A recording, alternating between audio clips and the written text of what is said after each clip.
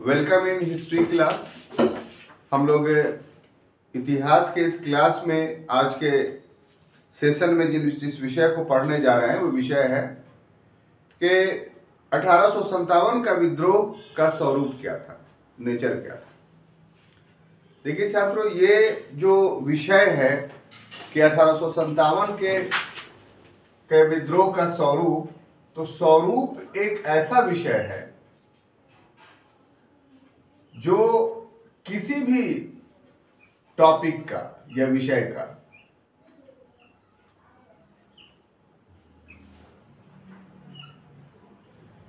सांगोपांग अध्ययन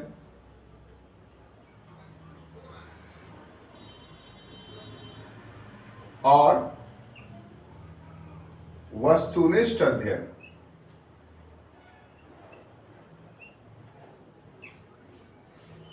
ये दोनों अध्ययन में सहायक होता है। ठीक है, हम अभी समझाते हैं आपको।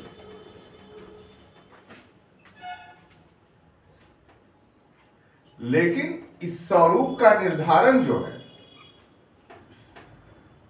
कि आखिर कैसे हम इसका निर्धारण करें, तो इसका निर्धारण काफी विवादास्पद हो जाता है।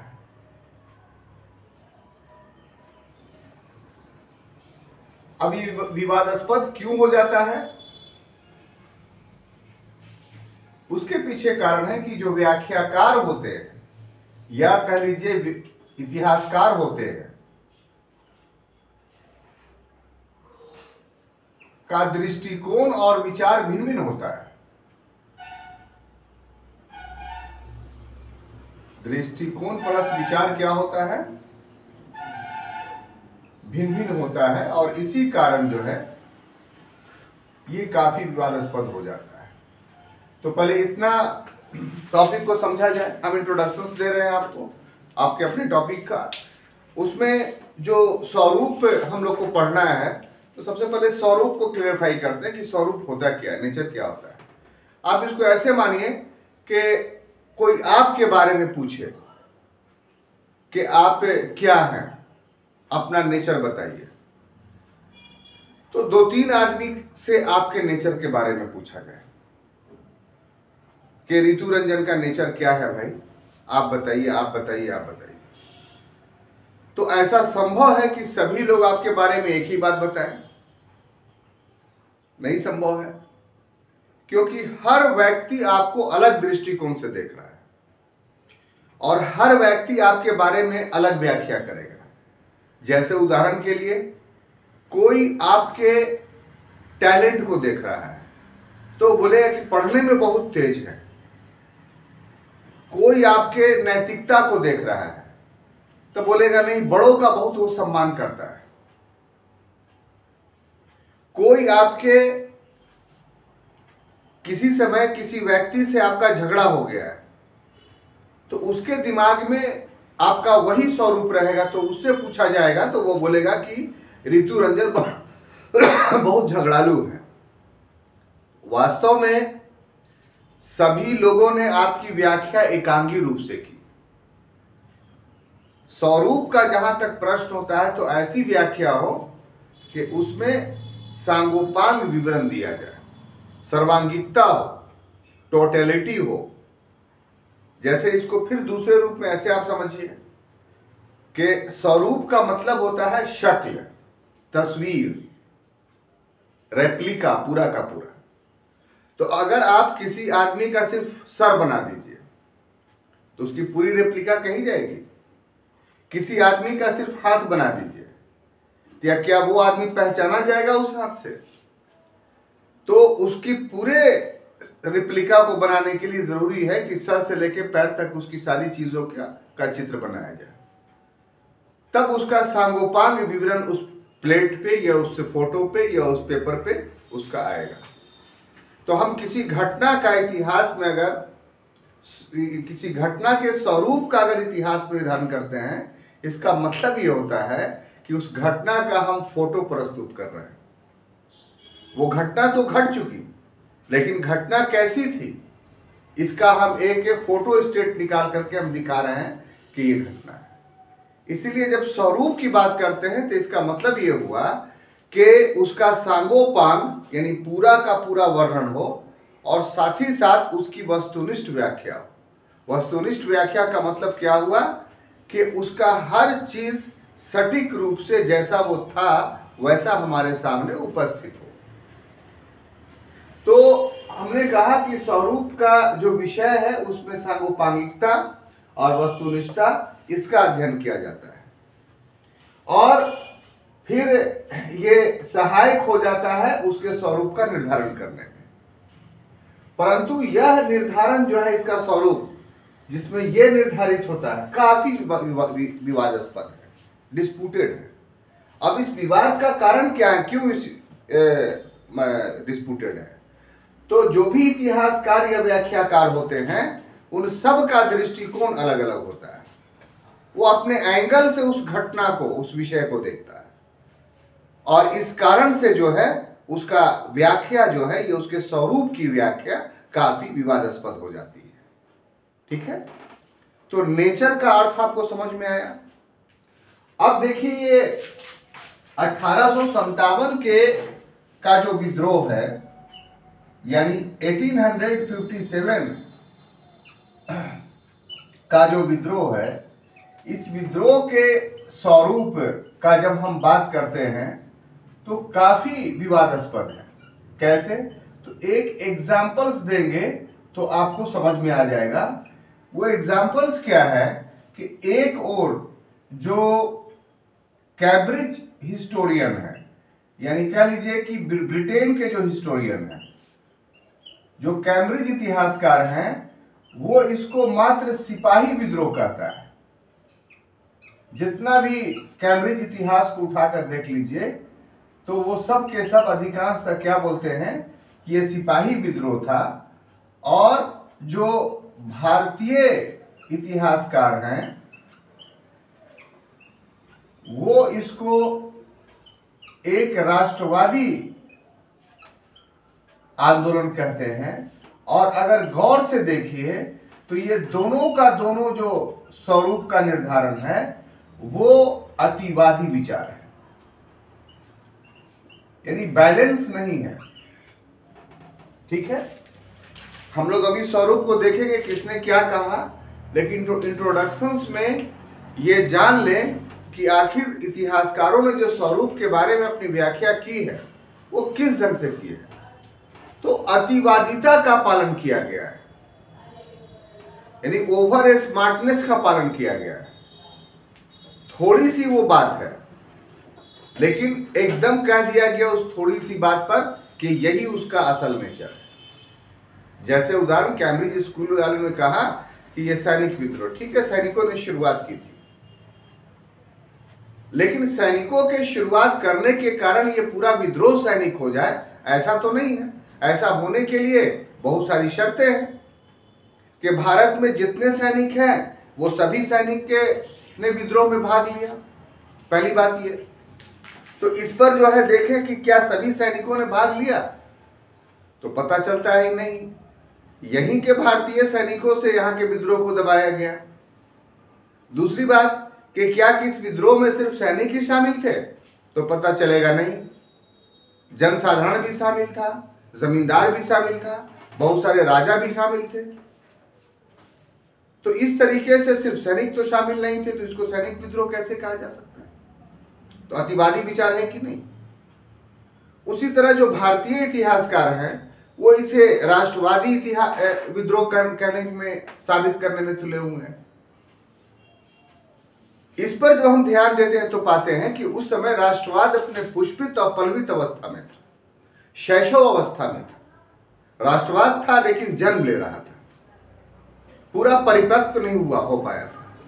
तो ऐसी परिस्थिति में अपरिपक्व राष्ट्रवाद से इतने बड़े विद्रोह की परिकल्पना करना यह भी सोच से परे की बात है और यह भी एक अतिवादी विचारधारा माना जा सकता है। तो चाहे ब्रिटिश इतिहासकार हो चाहे भारतीय इतिहासकार हो, 1857 के विद्रोह के कॉन्टेक्स्ट में, परिवेश में अतिवादिता का पालन किया है, यानी हद से बढ़ करके उस अपने मत को व्याख्या करने की कोशिश की, एक संतुलित दृष्टिकोण नहीं अपनाया। तो इस कारण से 1857 के विद्रोह के स्वरूप का निर्धारण एक विवादास्पद विषय बन गया। अब इसका फैसला कैसे हो? तो फैसला करने का सही तरीका यह है कि सबसे पहले संपूर्ण लोगों के विचारों को जाना जाए कि आखिर 1857 के विद्रोह के परिवेश में आमतौर पे लोगों ने क्या क्या बात कही। तो हम बारी बारी से हेडिंग बना बना करके किसने क्या कही वो बात कहते हैं।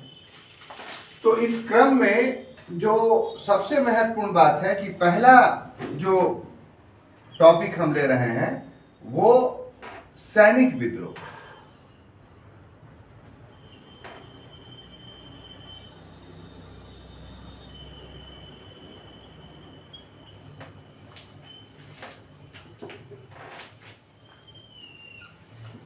तो इसके संस्थापक इस सैनिक विद्रोह कहने के प्रतिपादक जो थे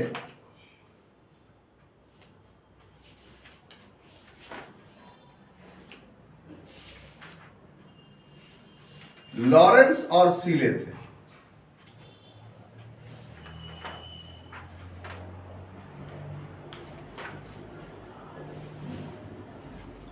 और इनका जो मत था वो कुछ इस प्रकार से था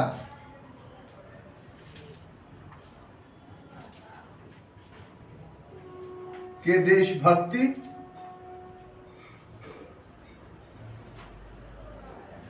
से रहित यह एक सैनिक विद्रोह था।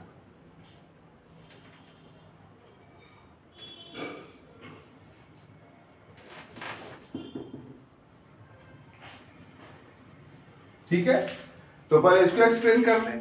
लॉरेंस और सीले जो कह रहा है कि इस विद्रोह की शुरुआत सैनिकों ने की, और सैनिकों ने जो विद्रोह की शुरुआत की तो हम इसको सैनिक विद्रोह क्यों कह रहे हैं? क्योंकि सैनिकों के मध्य देशभक्ति की कोई भावना नहीं थी। सैनिक पूरी तरीके से एक प्रोफेशनल व्यक्ति था जो वेतन के बुनियाद पे, सुविधाओं के बुनियाद पे अपनी सेवा ब्रिटिश शासक को दे रहा था। तो लॉरेंस और सीले ने कहा कि इस प्रकार से जो सैनिक हम लोगों के अधीन थे उनको प्रशासनिक असुविधा का सामना करना पड़ा। जिन सुविधाओं की लालच में ये सैनिक भारतीय सेना में शामिल हुए थे उनकी आकांक्षा के मुताबिक वे सुविधाएं नहीं मिल रही थी, जिसके कारण वो ऐसा नहीं कि 1857 में ही विद्रोह किया, बल्कि लॉरेंस और सीले ने कहा कि अपने मांगों के पूर्ति के लिए या अपनी आकांक्षाओं की पूर्ति नहीं हो रही है उसको मनवाने के लिए या अपनी सुविधाओं के प्राप्ति के लिए या अपने वेतन की वृद्धि के लिए सैनिक शुरू से ही विद्रोह करते आ रहे हैं। और उसने लॉरेंस और सीले ने बजाते तौर पे डेटा दिया, जैसे उदाहरण के लिए कि 1806 में वेल्लोर में विद्रोह हुआ सैनिकों का, उसके बाद दूसरा 1824 में बैरकपुर में विद्रोह हुआ सैनिकों का, इसके बाद 1842 में फिरोजपुर के 34वीं रेजिमेंट बटालियन ने विद्रोह किया, उसके बाद 1850 में 66वीं नेटिव इन्फेंट्री ने विद्रोह किया, फिर 52 में 38वीं एनआई ने विद्रोह किया। तो लॉरेंस सीले कहते हैं कि अपने मांगों और सुविधाओं को प्राप्त करने के लिए सैनिक तो पहले से ही विद्रोह करते चले आ रहे हैं। हाँ, ये है कि 1857 तक उनकी मांगे नहीं मानी गई तो असंतोष काफी बड़ा हो गया और 1857 में बड़े पैमाने पर विद्रोह कर दिया। इसलिए इसको सैनिक विद्रोह कहा जाना चाहिए। बात समझ में आ रही है कि नहीं? सुनने में तो कितना अच्छा लग रहा है कि लॉरेंस ने पूरे परमाणु काट परमाणु के आधार पर बातें कही, तो लक्ष्यदार बात कह के क्षणिक रूप से प्रभावित किया जा सकता है तथ्य को, लेकिन वो गलत तथ्य सत्य नहीं हो सकता है। तब इसका लोगों ने खंडन किया, इस विचारधारा का खंडन कैसे कि उसके तर्क को पर कुछ प्रश्न किए पहला प्रश्न तो यह किया कि ठीक है, आपकी बात को हम यदि मानते हैं, तो फिर जब सैनिकों का ही केवल असंतोष था तो विद्रोह सैनिकों ने शुरू किया, हम भी ये मानते हैं, तो फिर आम जनता उसके साथ क्यों शामिल हो गई? दूसरी बात, सिर्फ आम जनता ही शामिल नहीं हुई, बल्कि कुछ राजाओं ने भी इस विद्रोह में भाग लिया। जमींदारों का एक बड़ा वर्ग इस विद्रोह में शामिल था। तो इसका आपके पास क्या जवाब है अगर सैनिक विद्रोह था तो? और फिर चौथा प्रश्न ये उठाया खंडन करने वालों ने कि अगर सैनिकों के असंतोष का परिणाम था तो सैनिकों के लिए कानून तो पूरे भारत में एक समान था, सुविधाएं तो एक समान थी सबकी, पदोन्नति के नियम तो एक समान थे, तो फिर सारे सैनिकों ने क्यों नहीं विद्रोह किया? इन्हीं सैनिकों का एक ग्रुप था सिखों का, इन्हीं सैनिकों का ग्रुप था गोरखाओं का।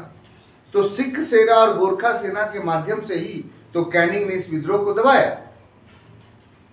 तो अगर सैनिक विद्रोह पूरी तरीके से होता तो सिख और गोरखाओं को भी विद्रोह करना चाहिए था, क्योंकि वो भी उन असुविधाओं का सामना कर रहे थे।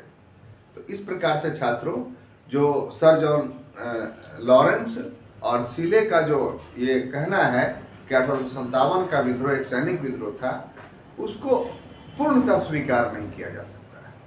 कुछ अंश तक हो सकते हैं, क्या सुविधाएं थी, लेकिन ये कि पूरा पूरा उसके कारण विद्रोह हुआ, ऐसा नहीं है। क्लियर? तो इतना समझ में आ गई बात।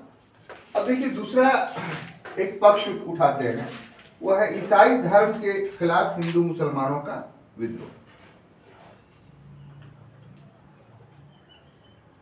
या कह लीजिए कि ईसाइयों के विरुद्ध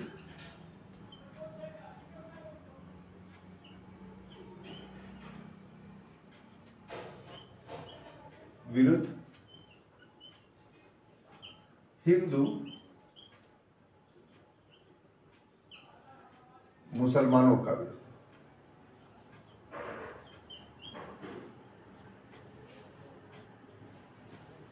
मुसलमानों का विद्रोह।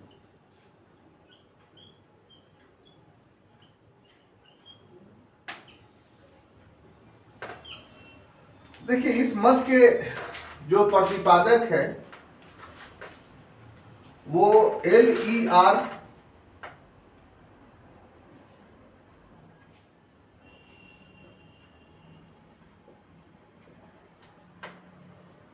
रीज, LER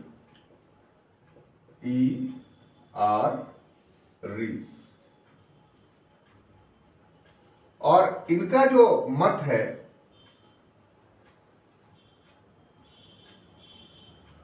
वो मत ये है कि ईसाई धर्म के विरुद्ध जो है वो एक धर्म युद्ध था।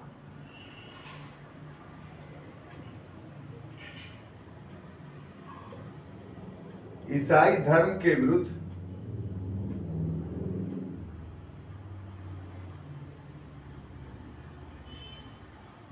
एक धर्म युद्ध था, और इस मत का भी खंडन किया गया है। तो इसको समझते हैं कि इसमें क्या है। तो एक दूसरा अतिवादी विचारधारा है, और वो अतिवादी विचारधारा किसका है? LER रीज का है। तो LER रीज ने कहा कि वास्तव में जो 1857 का विद्रोह है वो विद्रोह हिंदू मुस्लिमों का संयुक्त रूप से ईसाई धर्म के विरुद्ध एक षड्यंत्र है, एक धर्म युद्ध है। अब अपने मत के समर्थन में वो कहते क्या है LER रीज?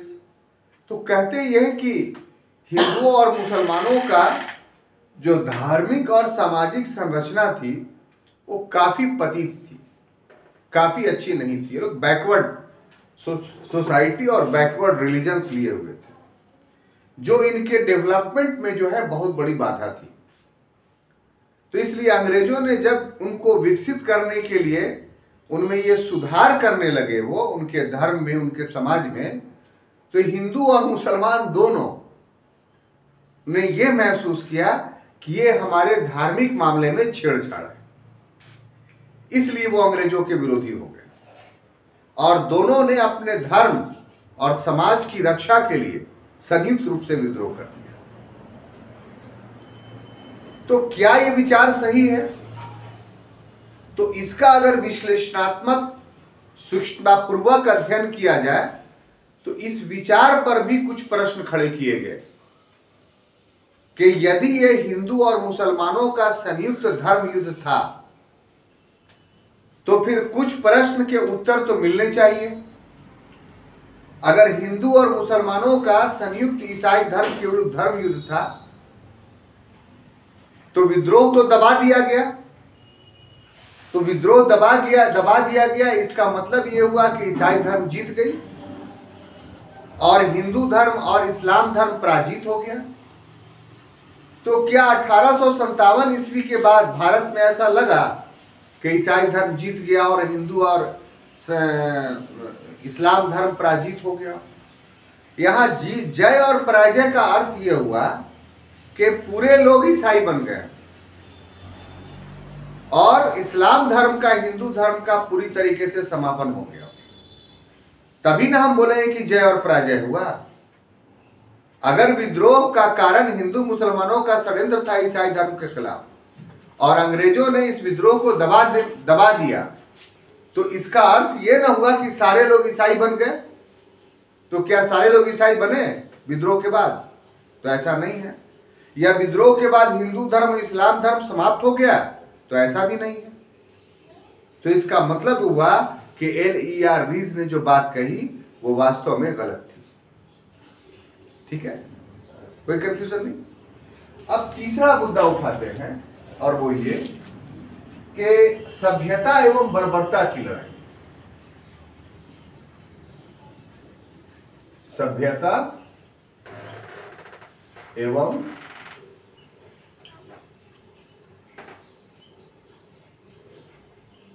बर्बरता का युद्ध था।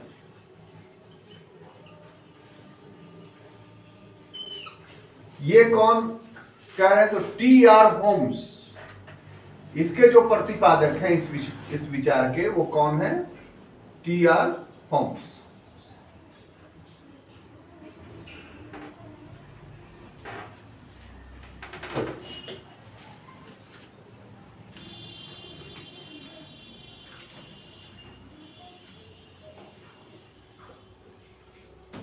इनका मत क्या है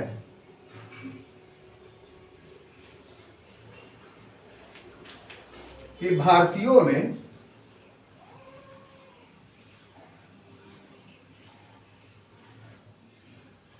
विद्रोह के दौरान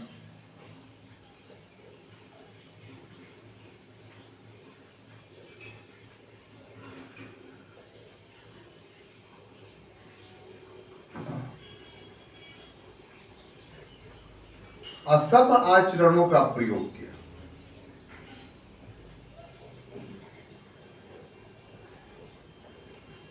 असभ्य आचरणों का प्रयोग किया। लेकिन इस मत का भी खंडन किया जाता है।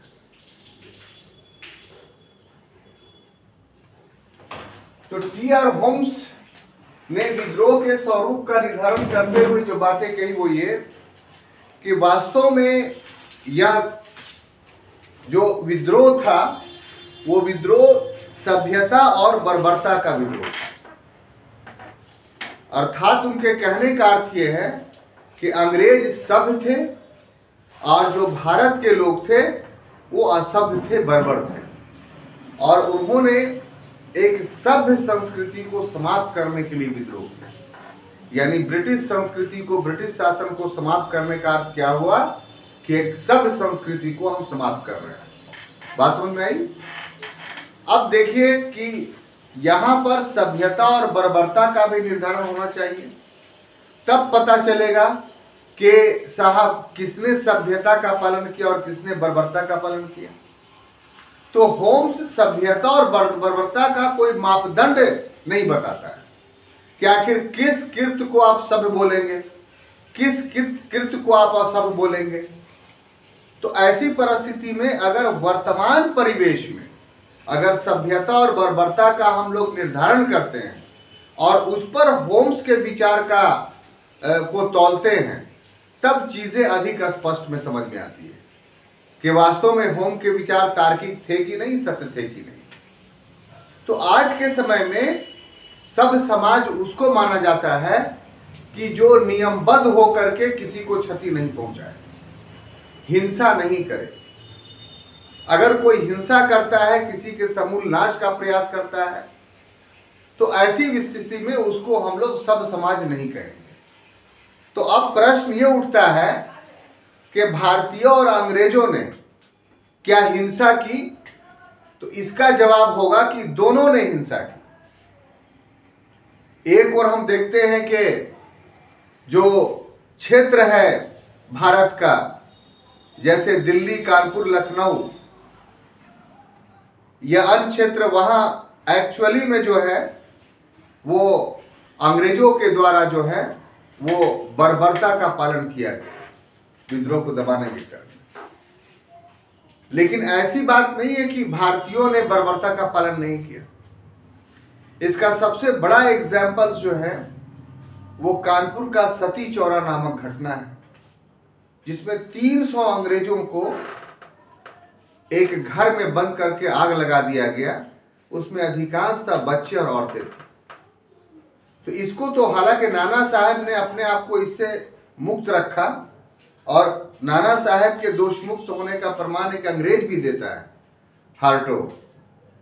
लेकिन मारा तो गया किसी भारतीय के द्वारा ही बोलो, तो ये तो बहुत बड़ी जघन्य हत्या हुई। इसी प्रकार से आपने देखा कि इलाहाबाद में जो विद्रोह का दमन नील ने किया, तो उस विद्रोह के दमन के क्रम में उसने क्या कहा? उसने जो चिट्ठी लिखी ब्रिटिश सम्राट को या ब्रिटेन में, उसमें उसने कहा कि हमने अपने क्षेत्र में विद्रोह को दमित करने में काफी क्रूरता का पालन किया, और हमने लोगों को इलाहाबाद की सड़कों पर पेड़ पे लटका करके फांसी दी, और उनके लाशों को जो है हफ्तों तक छोड़ दिया कि उनको देख करके कोई अन्य विद्रोह नहीं करे।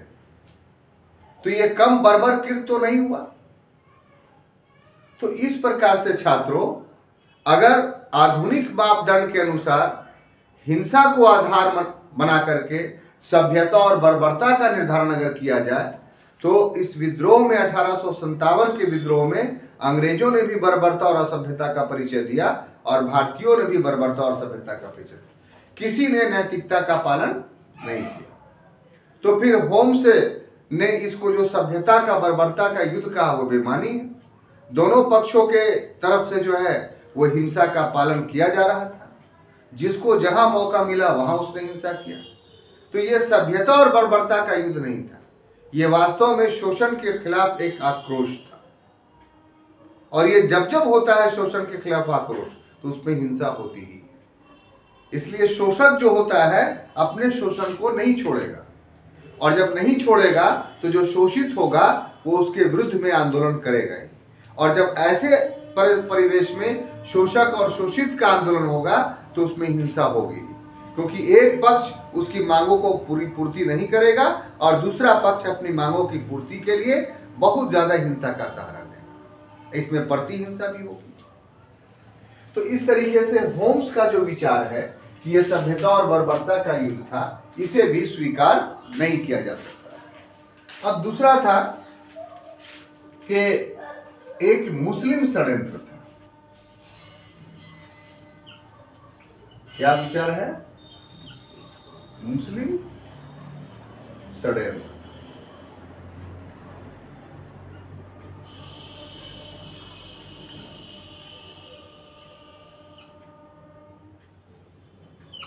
और इस मत के जो प्रतिपादक हैं वो है आउट्रम कूपलैंड,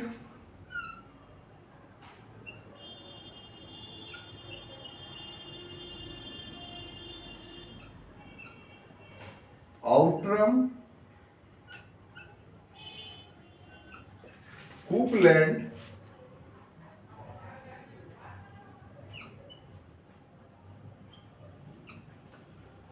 और पी रॉबर्ट्स।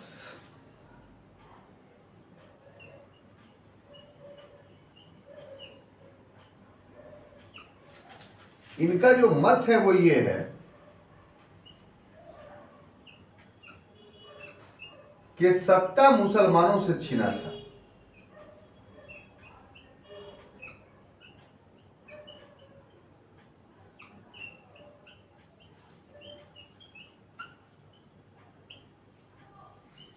इसीलिए मुसलमानों ने सत्ता प्राप्ति के लिए जो है विद्रोह कर दिया। देखिए, वास्तव में ये सब जितने ब्रिटिश नाम हैं वो अलग अलग जगहों पर विद्रोह को दबाने में लगे हुए थे। तो जिसको जहां पर जैसा चीज दिखा दिया उसी एंगल से उसकी बात हो गई। ये पी रॉबर्ट्स या आउटरम जो आप देख रहे हैं ये सब कहाँ थे? तो अवध के विद्रोह को दबाने में, हैवलाक वगैरह। तो इन लोगों ने जो अपना दृष्टिकोण विकसित किया वो ये कि वास्तव में इन लोगों ने देखा कि साहब सत्ता हमने किससे छीनी है। तो अधिकांश क्षेत्रों पर मुगलों का कब्जा था और जब मुगलों का पतन हुआ तो उसके अवशेष पर कोई मुसलमान ही नवाब या राजा रहे। तो हमने तो सत्ता एक्चुअली मुसलमानों से छीना और अधिकार का हनन हुआ तो किसका? तो मुसलमानों का हुआ। तो इसलिए मुसलमानों ने अपनी सत्ता की प्राप्ति के लिए एक षड्यंत्र रचा और विद्रोह किया। इसीलिए इन लोगों ने आउटरम और हैवलाक ये सब ने क्या दिया कि एक मुसलमानों का षड्यंत्र था जिसने हिंदुओं को बहका करके अपने साथ मिला लिया। ठीक है, तो अब क्या यह विचार सही है? तो इसका खंडन इतिहासकारों ने, भारतीय इतिहासकारों ने इस रूप में किया है कि मुसलमानों ने और हिंदुओं ने अलग अलग विद्रोह नहीं किए। जहां भी विद्रोह की शुरुआत हुई तो अब जो नवीन अनुसंधान उभर करके सामने आए हैं तो उस अनुसंधान में ये बात स्पष्ट हो चुकी है कि जाति और धर्म के आधार पर इस विद्रोह में शामिल होने के लिए, करने के लिए कोई प्रयत्न ही नहीं किया गया, बल्कि जो ब्रिटिश शासन की शोषणात्मक नीतियां थी उस नीतियों के परिणाम स्वरूप लोग सौम्यों, चाहे वो किसी धर्म के मानने वाले थे चाहे किसी जाति के थे, उनके दिल में असंतोष था और ब्रिटिश नीतियों के खिलाफ वो सुबुगा रहे थे। अभी छात्रों, हमने जो अनुसंधान किया है माइक्रो लेवल पे अपने क्षेत्र में, उसमें एक बड़ा विचित्र चीज उभर करके सामने आया है कि अभी तक हम लोग ये पढ़ते आए हैं कि 1857 का विद्रोह इसलिए हुआ क्योंकि वीर कुंवर सिंह की जमींदारी छीन ली गई और वीर कुंवर सिंह ने जो है इसके खिलाफ विद्रोह कर दिया। ऐतिहासिक रूप से पूरी तरीके से ये गलत बात है।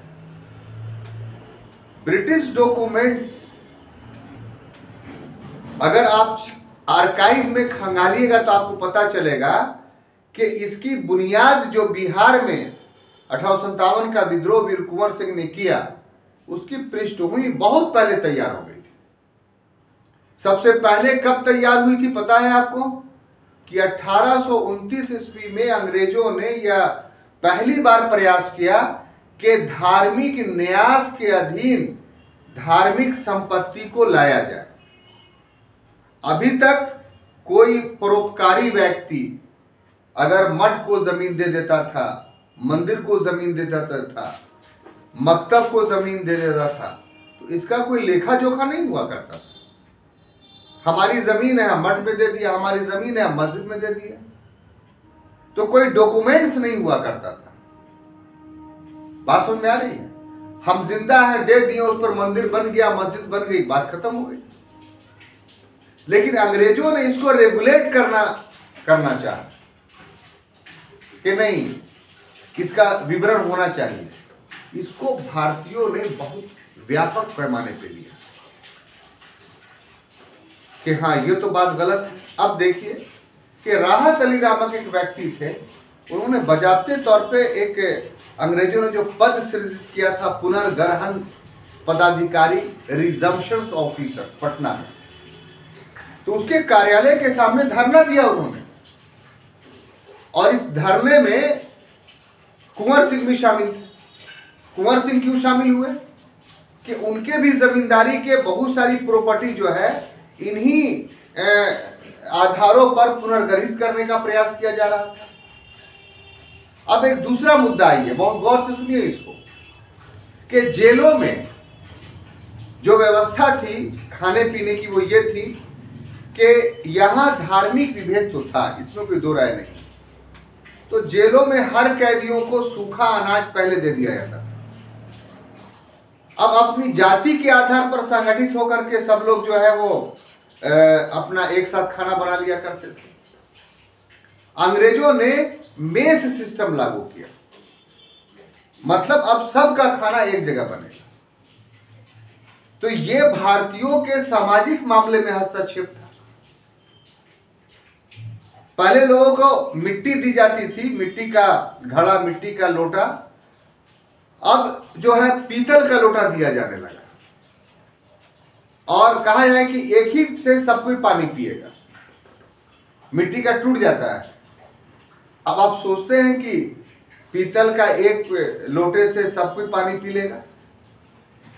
तो मुजफ्फरपुर जेल में लोटा विद्रोह हुआ। तो मेस और लोटा के विरुद्ध भी असंतोष था। इसी प्रकार से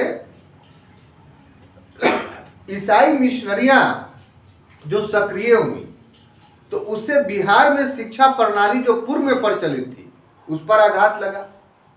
पूर्व में कैसी प्रचलित थी कि मान लिया जाए किसी गांव में मठ है, तो वहां उस मठ में हिंदू भी पढ़ते थे और मुसलमान भी पढ़ते थे।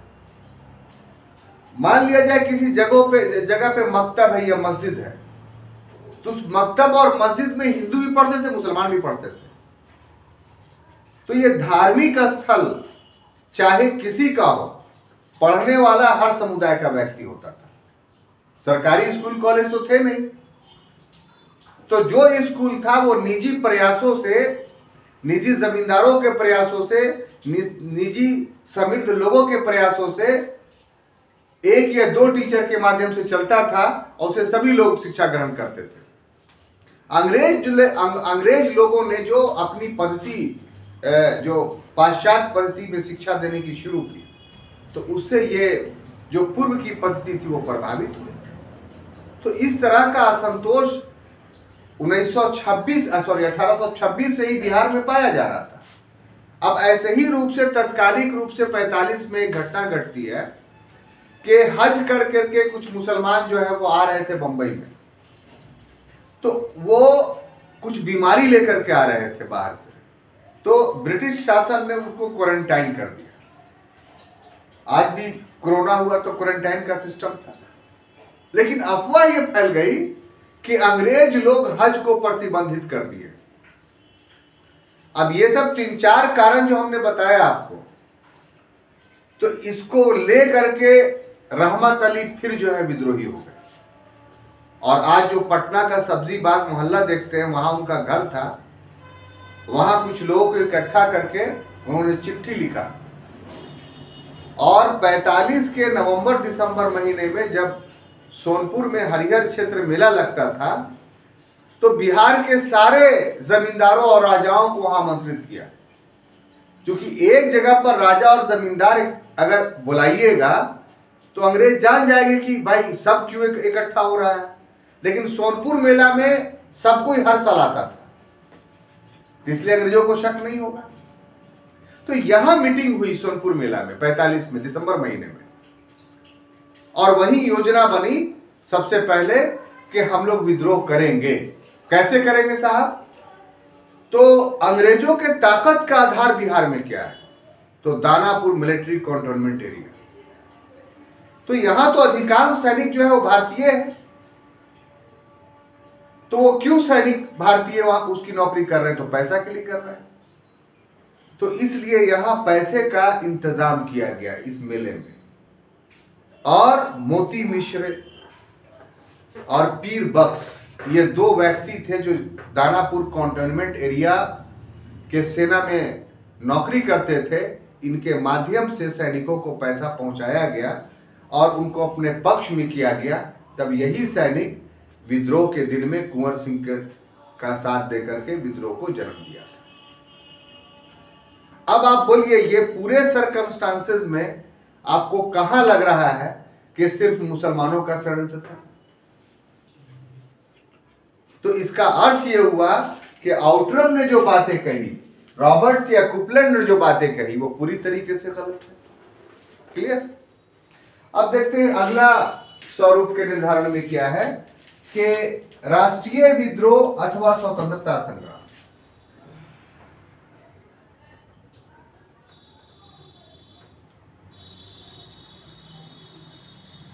राष्ट्रीय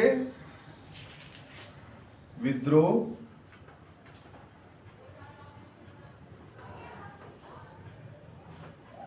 अथवा स्वतंत्रता संग्राम।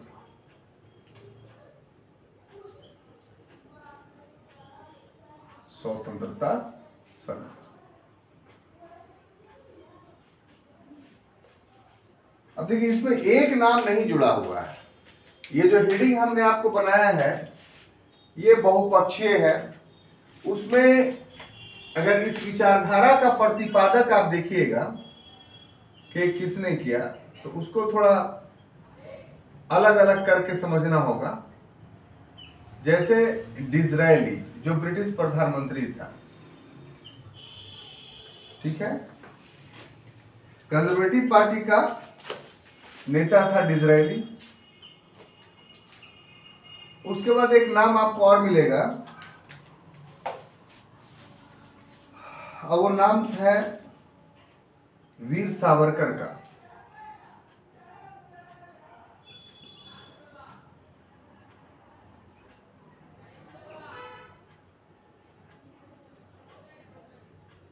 विनायक सावरकर। इनका जो मत है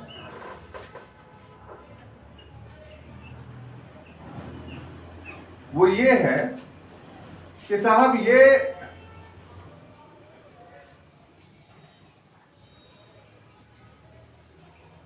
राष्ट्रीय विद्रोह था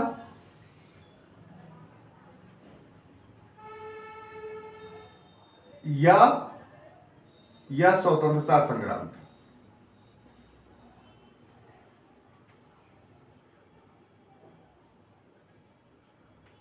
अब देखिए, दोनों मिलता जुलता है। अगर नेशनल मूवमेंट कहें या फ्रीडम मूवमेंट कहें, बोथ आर सेम, लेकिन शब्दों का चयन दो व्यक्तियों ने अलग अलग किया है। कंजर्वेटिव पार्टी के नेता थे डिज़रायली, उस समय बेंजामिन डिज़रायली। तो उन्होंने इस विद्रोह को कहा कि इट इज नेशनल मूवमेंट। अब उन्होंने ये जो बात कही नेशनल मूवमेंट, वो क्यों कही?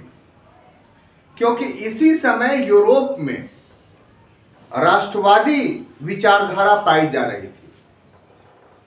इसी समय 1848 में फ्रांस की तृतीय क्रांति हुई थी और वहां लोकतंत्र स्थापित हुआ था।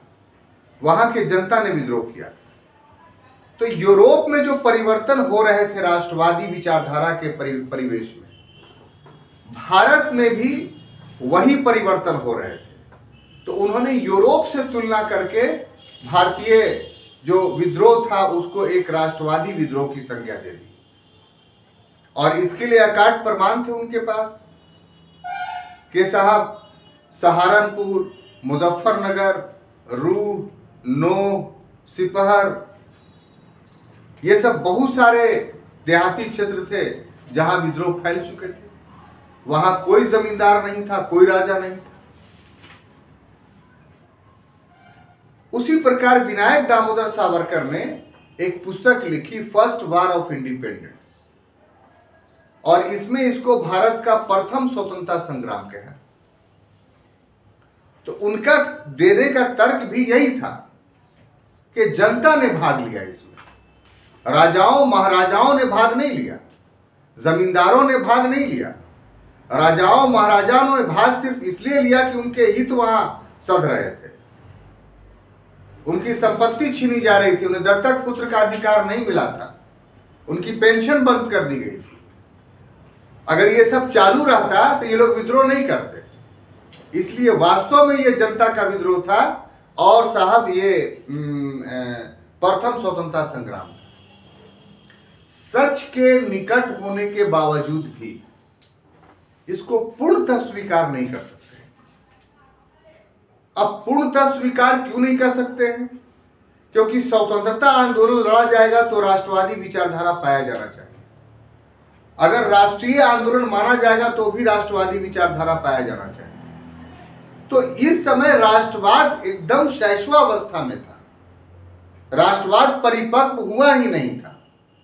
तो जिसके वजह से प्रथम स्वतंत्रता संग्राम कहा जा रहा है, जिसके वजह से इसको राष्ट्रीय आंदोलन कहा जा रहा है, वो विचारधारा ये भी शैशवावस्था में है, तो इसलिए उसको इसके लिए पूर्णतः उत्तरदायी नहीं ठहराया जा सकता।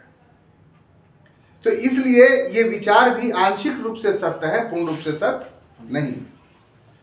अब देखिए अगला जो विचार है वो है किसान विद्रोह।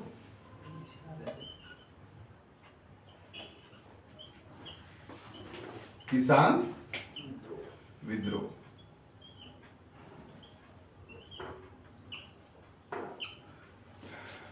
इसके जो प्रतिपादक है वो मार्क्सवादी इतिहासकार है।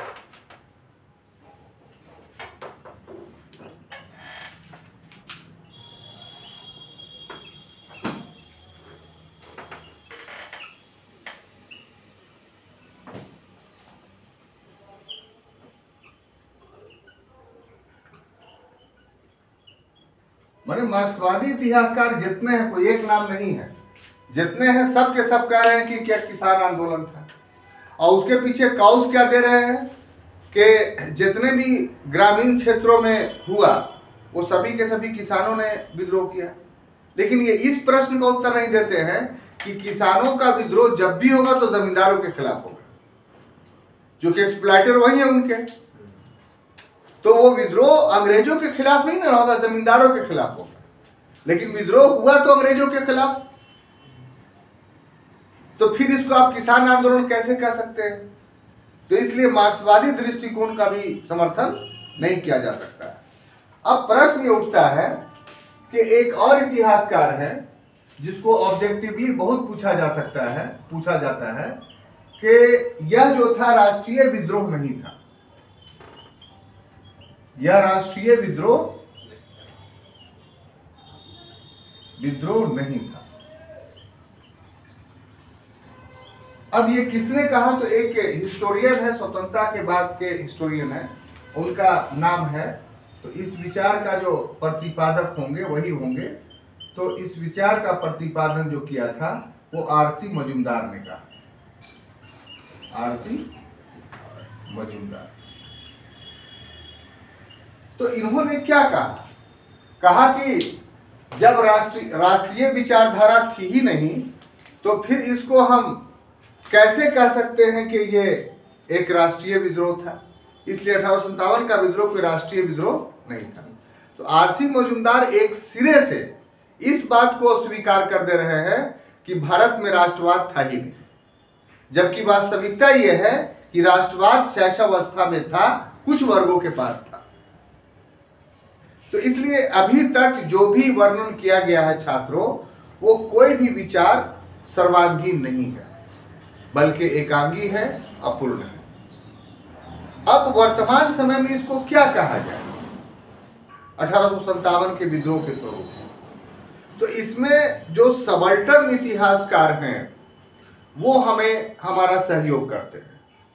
और सबल्टर्न इतिहासकार ने जो नवीन अनुसंधान, सबल्टर्न इतिहासकार में रंजीत गुहा हैं, हेनरी स्टोक्स हैं, भद्र हैं, तो इन सबों ने नवीन अनुसंधान करके 80 के बाद के दशक में जो सामने चीज लाया है वो ये कि शहरी क्षेत्रों में तो ये मध्यम वर्ग के हितों का परिणाम तो कहा जा सकता है।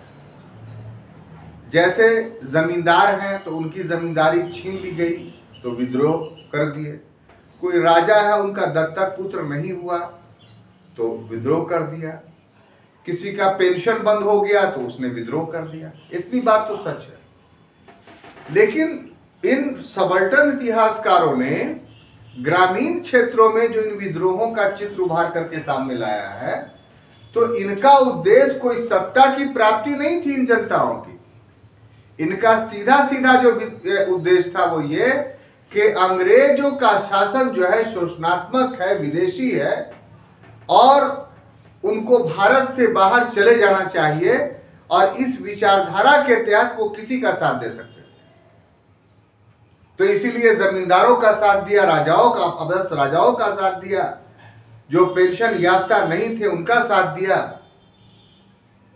तो अंततः ये कहा जा सकता है कि इतने सारे अध्ययनों के बाद जो निष्कर्षात्मक तथ्य उभर करके सामने आया है वो ये कि वास्तव में 1857 का विद्रोह एक जन आंदोलन था, एक जन विद्रोह था, जो ब्रिटिश नीतियों के विरुद्ध विद्रोह था। तो हम समझते हैं कि इस स्वरूप को समझाने में हम सफल रहे। अगले क्लास में और भी एक आध दो टॉपिक इस विषय से बचा हुआ है, उसका हम लोग की विद्रोह असफल क्यों हुआ और इसके प्रभाव क्या पड़े, ये दोनों टॉपिक को अगले क्लास में अलग अलग हम लोग पढ़ेंगे। तब तक के लिए धन्यवाद।